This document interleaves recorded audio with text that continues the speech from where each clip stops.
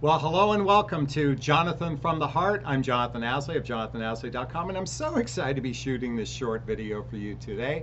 Our topic, the 4 things men deeply desire. 4 things men deeply desire, but they're afraid to ask. All right, I had to do the little shot for the for the thumbnail.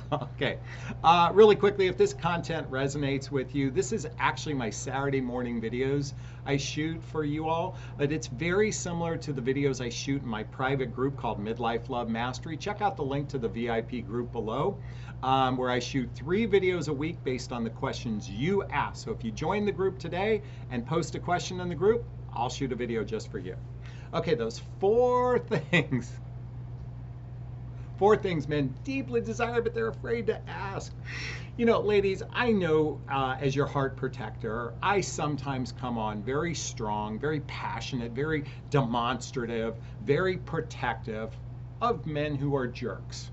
I get it. There are plenty of men who are jerks out there. And what I really mean to say is men who are myopic, they're selfish, they're only in it for their own needs.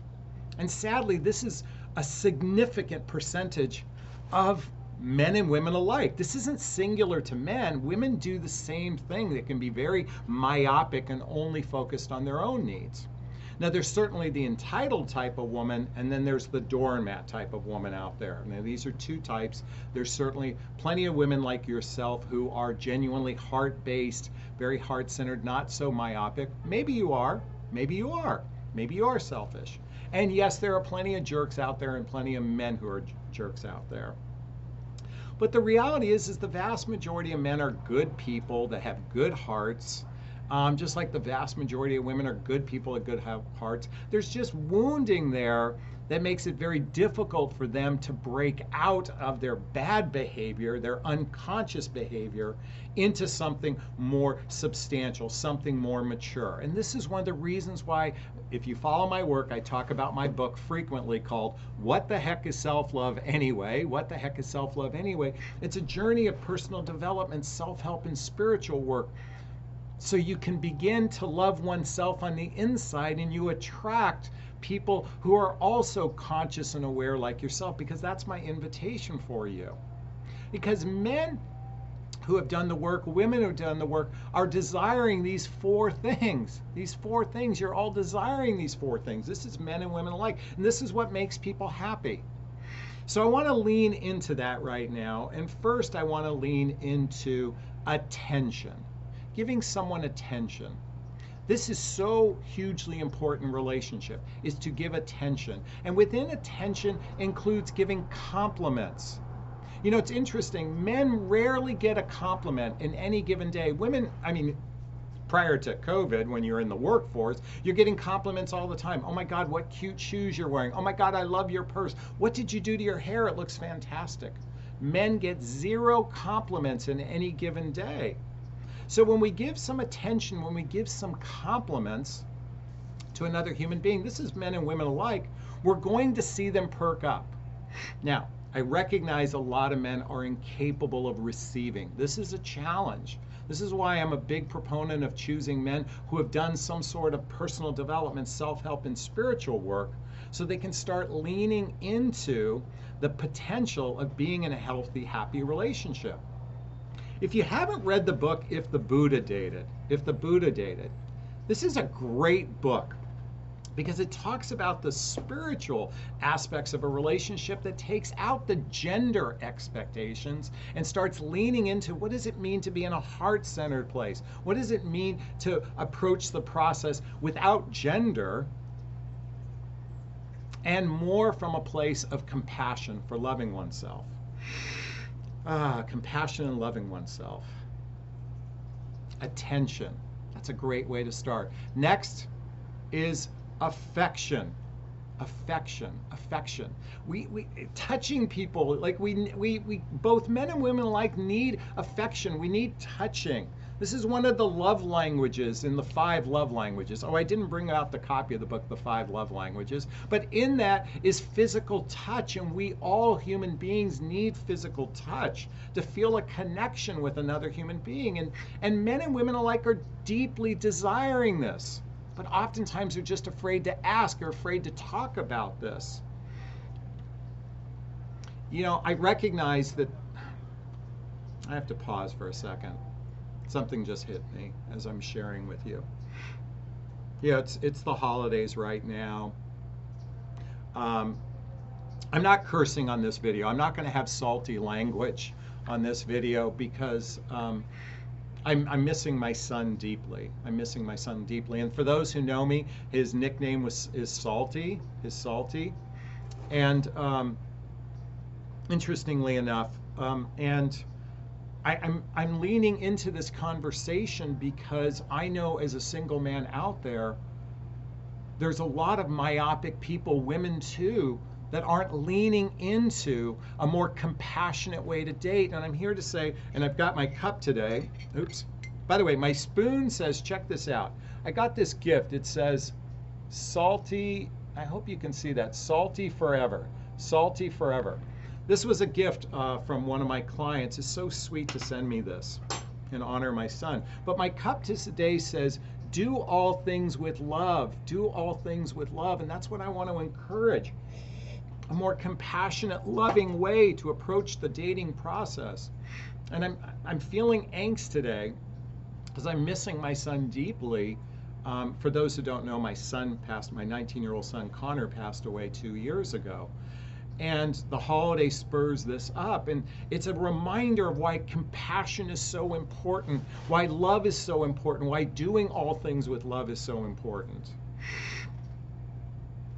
Attention, affection, appreciation, feeling deeply appreciated in relationship.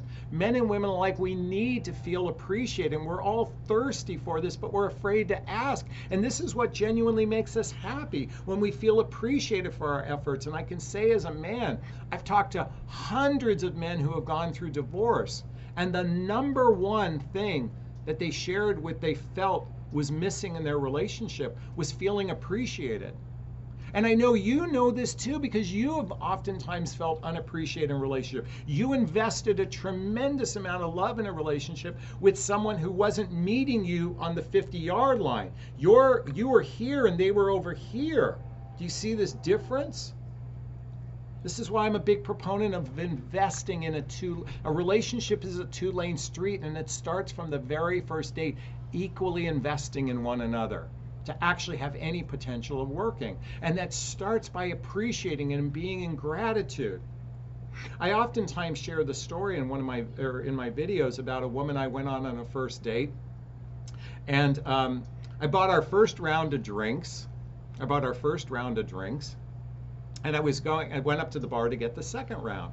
And as I was walking up, she walks up alongside of me and she says, I have it. And I go, no, I have it. And she goes, I have it. And I go, no, I have it. And we got in a little pissing match.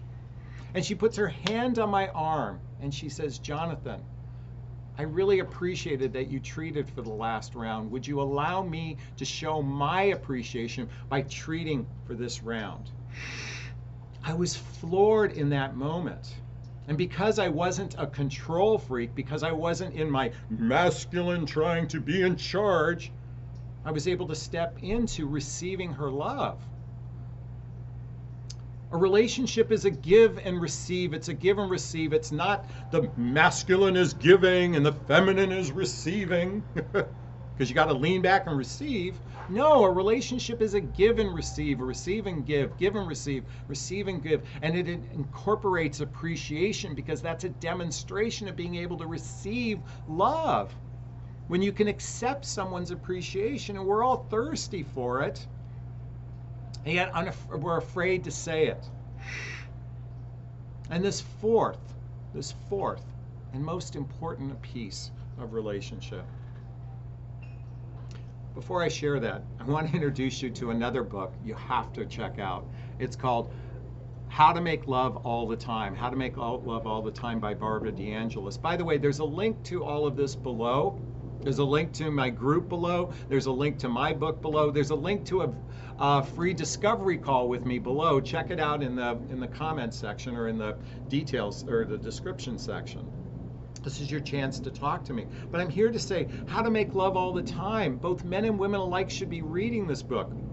Because this fourth piece is so hugely important for men that we're thirsty for it and we're afraid to ask. And I know you women are feeling it too. This isn't binary. This is binary, meaning it's two people.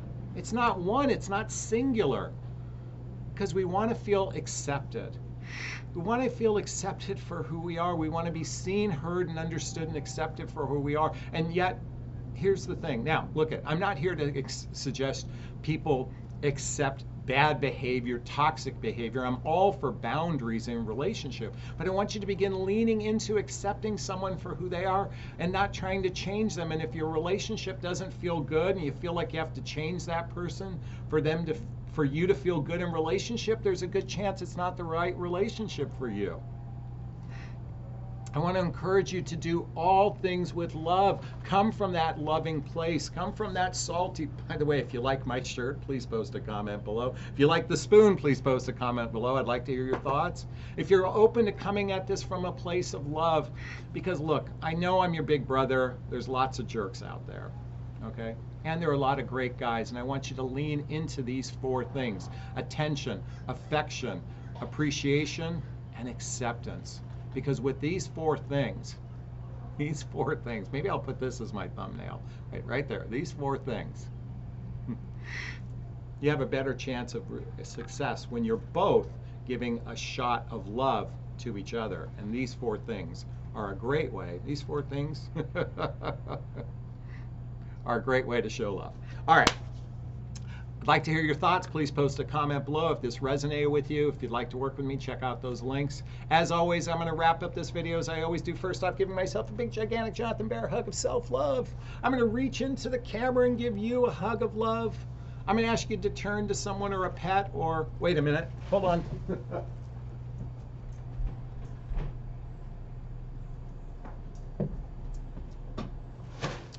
Or even a teddy bear, and give it a hug of love. By the way, this was a gift also from the same client who sent me the spoon. And inside here is a heart, crystal heart that was blessed, I think, by a shaman or something like that. So if you don't have someone to hug, hug a teddy bear. That's my invitation for you today. All right, I want to say thank you so much. And we're both going to wish you a wonderful day. Bye-bye.